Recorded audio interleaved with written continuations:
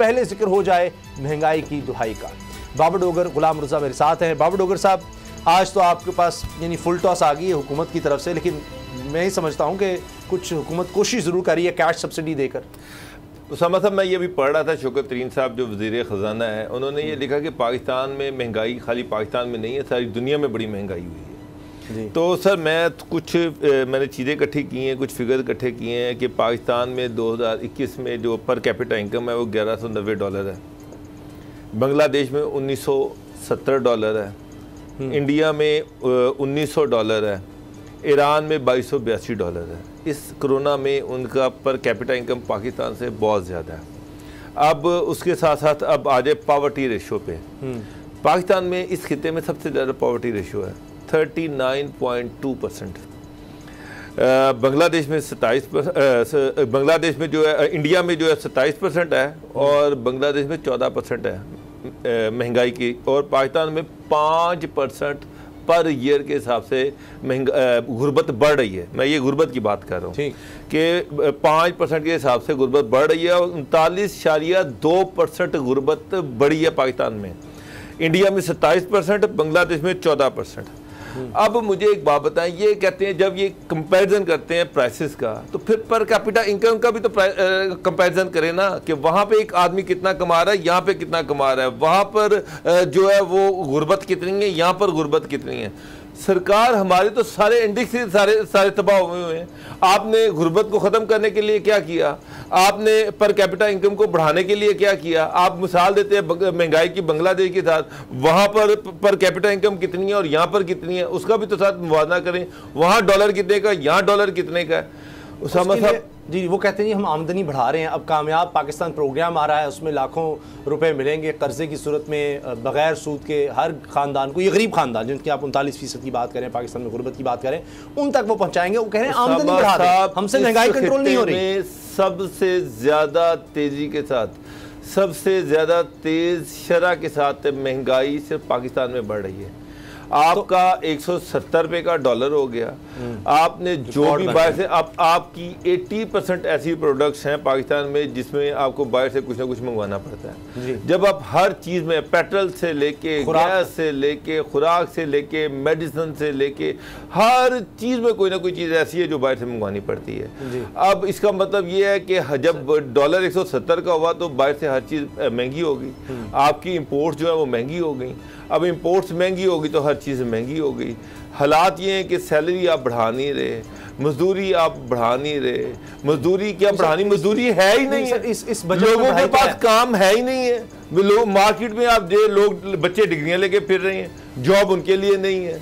मजदूर बेचारा फिर रहा है, उसके लिए मजदूरी नहीं है, और उसका इलाज आपने ये बनाया गया आप सराय बना दें, सराय बना दे, वहाँ आकर मुफ्त की रोटी खा लें। सर अभी ये गुर्बत का हल है आपके पास। सर गुलाम रज़ा साहब, बाबर साहब अपनी जगह ठीक कह रहे हैं, ज़ाहिर है लोग परेशान हैं, जब मुल्क में गुर्बत ज़्यादा होगी गरीब आदमी परेशान होगा। लेकिन ये जो सब्सिडी, आप डायरेक्ट सब्सिडी की बात कर रहे हैं, आटा, घी, दाल, चीनी, ये डायरेक्ट सब्सिडी दी जाएगी। वो कह रहे हैं डाटा हमारे पास आ गया एहसास प्रोग्राम के तहत, और ये सबको पता है कि एहसास प्रोग्राम के तहत ही जिस तरह कैश दिया गया था जब ये वबा शुरू हुई तो पूरी दुनिया में इसको सराहा गया था कि ये हैरानकुन प्रोग्राम है, यानी सोशल सेक्टर के हवाले से टॉप 4 प्रोग्राम्स में आया।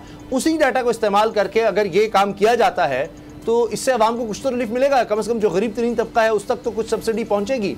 यूटिलिटी स्टोर पर तो चीज़ें महंगी हुई हैं। एक तो बात मैं ये वाज़ेह कर दूं कि जो ये कहा जाता है कि एहसास प्रोग्राम की फ़लाँ जगह से तारीफ़ हो गई है और फ़लाँ जगह से तारीफ़ हो गई है, ये बेनज़ीर इनकम सपोर्ट प्रोग्राम है और उसके मुख्तलिफ नाम तब्दील किए गए हैं, जिसकी वर्ल्ड बैंक ने, एशियन तरक्याती बैंक ने और दीगर जो मालियाती इदारे हैं इन्होंने तारीफ़ की थी जब ये पीपल्स पार्टी के दौर में शुरू किया गया था जी। तो वो क्योंकि उस वक्त से डाटाबेस वही इस्तेमाल करके आगे चल रहा है, तो इसमें लोग ऐड भी हुए हैं, लोगों को टारगेट। गुलाम साहब आपकी बात सही है, उसको ऐड किया गया है। उसमें अब देखिए ना वज़ाइफ भी हैं, उसमें जिस तरह कामयाब नौजवान प्रोग्राम है वो तो सिर्फ ख़वातीन को जिस तरह है कि वहाँ पर एक कैश पहुँचाया जाता था 3 माह बाद, इसमें तो बच्चों के वज़ाइफ हैं, फिर ज़ाहिर है जो लोग स्पेशल लोग हैं उनके लिए इसमें रखा गया मरात। और इसके मैं एक बात पूछना चाहूँगा आपसे भी, बाबर डोगर साहब भी साथ बैठते हैं, कि अगर आपके मोहल्ले में पहले ज़कात लेने वाले बंदे 100 थे और अब ज़कात लेने वाले बंदे 250 हो गए हों, तो क्या आप ये कहेंगे कि आपका मुल्क तरक्की कर रहा है, आपका मोहल्ला तरक्की कर रहा है और आप लोग अमीर हो गए हैं ज्यादा? अच्छा गुलाम मुर्तज़ा साहब, बात ये है कि ये सोशल सेफ्टी नेटवर्क्स की मैं बात कर रहा हूँ। दुनिया भर में ये फिनोमेना है, इंटरनेशनल अदारे ये फिनोमेना सामने रखते हैं कि जहाँ पे तखवीफ़ गुर्बत होती है वहाँ पे सोशल सेफ्टी नेटवर्क के प्रोग्राम जो होते हैं उनको कम किया जाता है, और जहाँ पे गुर्बत जो है वो बढ़ती है और रोज़ाना की बुनियाद पे इंडिकेटर्स चेंज होते हैं, वहाँ इस तरह के प्रोग्रामों के लिए दुनिया प्रेस करती है उस मुल्क को कि खुदा के लिए ऐसे प्रोग्राम शुरू करो, कहीं आपको हंगर स्ट्राइक ना कर जाए, कहीं ऐसा ना हो कि आपके नौजवान सड़कों पे निकल आए और आपको आप समेत। उनको ये नहीं होता कि इनकी हुकूमतों का खात्मा कर देंगे, उनको ये होता है कि जो हमारे पैसे हमने लेने हैं वो डूब जाएंगे। वो इसलिए सोशल सेफ्टी नेटवर्क्स के ऊपर पैसा इन्वेस्ट करने के लिए बार बार कहते हैं, और हमें भी IMF और बाकी बैंक जो हैं वो यही कह रहे हैं कि ज़्यादा से ज़्यादा इसके ऊपर कोशिश करें। मैं आपको यहाँ 2-3 मिसालें दूंगा। एक लीबिया की मिसाल सामने रखें, एक अफ़गानिस्तान की मिसाल सामने रखें। जो दरमियाना तबका होता है, मिडिल क्लास, उसके दरमियान और गुर्बत के दरमियान एक बहुत थोड़ा सा मार्जिन होता है। सही है। जो मिडिल क्लास है वो अपनी ज़रूरतों को गला घोंटते हुए अपने लिए कुछ ऐसी लग्जूरियस चीज़ें, AC, सोफे और इस तरह की चीज़ें घर में लेके रखते हैं ताकि ज़रा कुछ जिसको हम कहते हैं कि रिश्तेदारों में टौर बन जाए। तो वो इस तरह के मुतवस्सित तबका जो होता है वो गुर्बत में जाने के लिए कोई ज़्यादा टाइम की ज़रूरत नहीं होती। आपको जो मैं लीबिया की और अफगानिस्तान की मिसाल देखता हूँ, वहाँ पे इस तरह के जब प्रोग्राम चलते रहे और हालात होते रहे मुआशी तौर पे, तो वहाँ पे मिडिल क्लास तबका था वो तमाम का तमाम सामान लेके सड़कों पे बैठा था कि खुदा के लिए ये खरीद ले हमसे और हम इसके एवज रोटी ले लें। और अभी आजकल अफगानिस्तान में आप देख लें यही हालत वहाँ की है। जो वहाँ का मिडिल क्लास था, तो मिडिल क्लास खत्म हो जाती है। तो हालत ये है कि हमने 14,610 अरब रुपए के कर्जे ये 3 सालों में लिए हैं, जो इमरान खान साहब का दौर है, और 2018 में कर्जों का हजम 39,900 अरब था और 25,290 अरब था 18 में, और अभी हमने 14,610 अरब रुपए के कर्जे हासिल करके इस हजम को 39,900 अरब तक पहुंचा दिया है, जो कि अलार्मिंग है। इसमें से ज्यादातर जो है वो कर्जे उतारने में गए हैं, नए कर्जे लिए गए हैं पुराने कर्जे उतारने के लिए। गुलाम साहब आपकी बात ठीक है, मगर ये जो सब्सिडी दी गई है ये तो चले एक अच्छा कदम है। सोशल सेफ्टी की अगर आप बात करते हैं तो कुछ तो वो सोच रहे हैं, इसका मतलब एडमिट कर रहे हैं कि महंगाई है, लोग इस चक्की में पिस रहे हैं, उनको बचाने के लिए डायरेक्ट सब्सिडी दे रहे हैं। वो देखिए, जो सब्सिडी होती है, आप बराह रास्त सब्सिडी क्यों नहीं देते? आपने ये माचिस की डब्बी के ऊपर सब्सिडी देनी है, आप इसके ऊपर लिख दें कि 1 रुपए की है।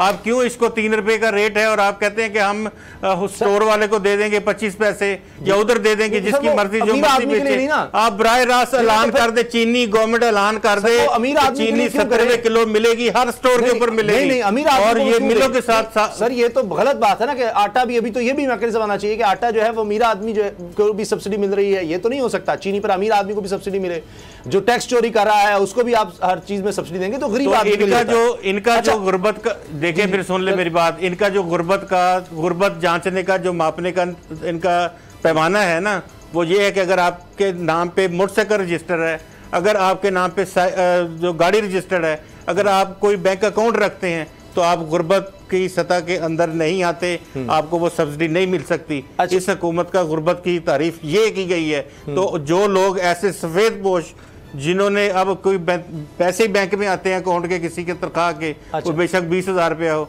उसको नहीं मिलेगा। जिसके पास मोटरसाइकिल, अब मोटरसाइकिल पे ही तो लोग जाते हैं, मोटरसाइकिल जिसके नाम पे रजिस्टर्ड है उसको नहीं मिलेगा। तो मुझे एक बात आप देखें, ठीक है, ये जो आपने बात की है, ये जो सहारा की, इसमें सबसे अहम चीज ये है कि वाकई गुलाम मुर्तज़ा साहब ने सही कहा कि जिसके नाम पे कोई चीज नहीं है वो मुस्तहिक है, उसको दिया जाएगा। मेरा सवाल तो ये कि इतनी बड़ी लोअर मिडिल क्लास है आपकी, वो लोग जो दरमियाने मजदूर हैं, वो लोग जो सरकारी और प्राइवेट दफातर में काम कर रहे हैं, जो 25-30 हज़ार रुपये महीने का कमा रहे हैं, जिसके पास एक मोटरसाइकिल है और 30,000 रुपये उसकी इनकम है, और जो खर्चा है वो 50,000 रुपये, मुझे बताएं वो 20,000 का डेफिसिट कहाँ से पूरा करे? सब्सक्राइब करें और बेल दबाएं ताकि कोई खबर रह न जाए।